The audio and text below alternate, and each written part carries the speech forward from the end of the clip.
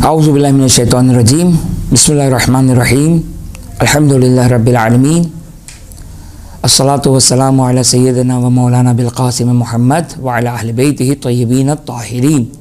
Bitcoin, crypto currency और जो भी इस किस्म की करेंसीज़ हैं, ये एक बहुत ज़्यादा राइज आहिस्ता आहिस्ता ये करेंसी राइज हो रही है और शायद कहने वाले कहते कि आने वाले ज़माने में ये ही तकरीबन करेंसी राइज हो जाएगी। तो अब उसके फ़िलहाल जो अहकाम हैं उसको हम बहुत ही मुख्तसरन आपकी खिदमत में बयान कर दें। देखिए, जो क्रिप्टो करेंसी या बिटकॉइन या इसी की मानिंद जो करेंसीज़ हैं, ये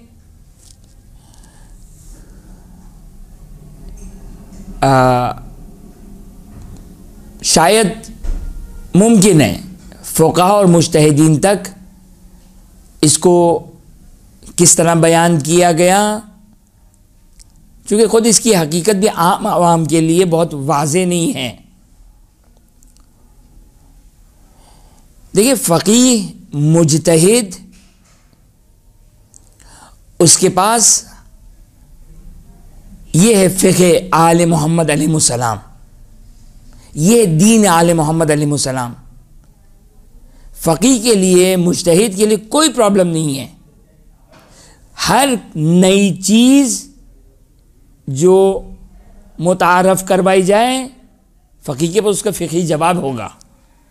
वाजिब, हराम, मुस्तहब, मकरूह, मुबाह, जायज़, सही, गलत वगैरह वगैरह और भी बहुत सारी चीज़ें आ जाएंगी, क्योंकि मुज्तहिद के पास रूल है, कानून हैं जो रिवायात अहले बैत अताहर अलैहिस्सलाम से निकाले हुए हैं।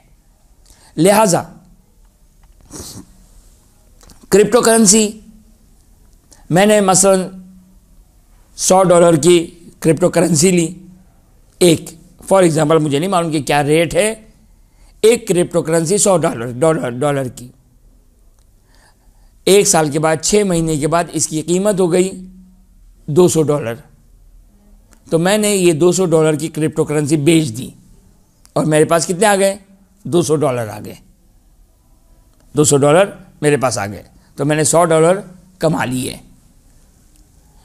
या अगर ये फ्यूचर में, मुस्तकबिल में अगर करेंसी बनने वाली है तो इस तरीके से हो जाएगी कि आज मिसाल के तौर पर अगर एक क्रिप्टो करेंसी से मैं 2 चीज़ें ख़रीद सकता हूँ, तो अब अगर इसकी कीमत बढ़ गई तो मुमकिन है 3 चीज़ें ख़रीद सकूँ, 4 चीज़ें ख़रीद सकूँ। या अगर इसकी कीमत घट गई तो मैं मुमकिन है 2 के बजाय 1 चीज़ को ख़रीद सकूँ। तो क्रिप्टो करेंसी कोई, अब जो इसमें जो हकीकत है कि क्रिप्टो करेंसी किसी आम करेंसी की तरह कोई फ़िज़िकल करेंसी नहीं है, फ़िज़िकल करेंसी नहीं है। और जैसे $1000 का नोट, $100, ये एक खुद ये नोट है, उसकी वैल्यू है, उसकी कीमत है। अगर मिसाल के अगर मैं ₹1000 दिखाता हूँ तो खुद ये ₹1000 की वैल्यू है, खुद ये ₹1000 की कीमत है। क्रिप्टो करेंसी में कोई चीज़ है नहीं, फिज़िकली कोई चीज़ मौजूद नहीं है, एक एतबार है, फ़कत एक सपोजिशन है, एक फ़र्ज़ है। अब वो मुमकिन है इंटरनेट पे इसका कोई आपको शायद कोई नंबर वगैरह अलॉट कर दिया जाता होगा, उसी की तरह उसी से कोई ख़रीदो फ़रोख्त होती होगी कि आपने $100 दिए, अब आपको एक नंबर अलॉट कर दिया कि जिसके आप साहिब इख्तियार हैं, कि आपके पास वो नंबर है या जो भी XYZ है वो आपके पास है, जिसकी कीमत $100 है, लेकिन फ़िज़िकली कोई शय नहीं है। यही एक फ़क़ीह के लिए और आम करेंसी और आम नोट से जो एक इसको डिफ्रेंशिएट करने वाला है वो यही है, जो फ़र्क करने वाला वो यही है कि आम जो फिज़िकली जितने नोट हैं वो 1000 का नोट है, उसकी खुद वैल्यू है, उर्फ में इसकी वैल्यू है। यहाँ क्या चीज़ है क्रिप्टो करेंसी या बिटकॉइन में जिसकी कोई वैल्यू है? क्या चीज़ है? वो नंबर, वो अदद, वो एतबार, वो सपोजिशन, वो जो भी XYZ। देखिए जो शेयर्स होते हैं, शेयर्स, बाज़ लोग शेयर्स के साथ इसको खल्त कर देते हैं, मखलूत कर देते हैं। शेयर्स अलग चीज़ है, आपके शेयर्स में भी कुछ नहीं होता, नहीं। शेयर्स में आप कंपनी के आप मालिक बन जाते हैं, आप कंपनी के मालिक बन जाते हैं, चाहे 0.00001 जो उसके एसेट्स है, उसका जो कैपिटल है, उसका जो माल है, उसके आप मालिक बन जाते हैं। लेकिन क्रिप्टो करेंसी में आपकी फिजिकली कौन सी चीज़ है जिसके आप मालिक हैं? लिहाजा ये एक प्रॉब्लम है जो अभी नहीं मालूम कि मुज्तहिदीन के लिए इस मौजू को यकीनी तौर पर, जब मुझे इस तरीके से मालूम है तो यकीनी तौर पर मुज्तहिद के सामने भी ये इन चीज़ों को बयान किया गया होगा। लेकिन अलाई हाल आग़ाई सिस्तानी फ़िलहाल क्रिप्टो करेंसी की इजाज़त नहीं देते। यहाँ पर आपकी खिदमत में एक बात कह दूँ कि मुज्तहिद जब ये कहे कि मैं इस काम की इजाज़त नहीं देता या इसका मैं फतवा नहीं देता, तो ये मुज्तहिद के पास इख्तियार है, चॉइस है, क्योंकि किसी मुज्तहिद के लिए वाजिब तो नहीं कि फतवा दे।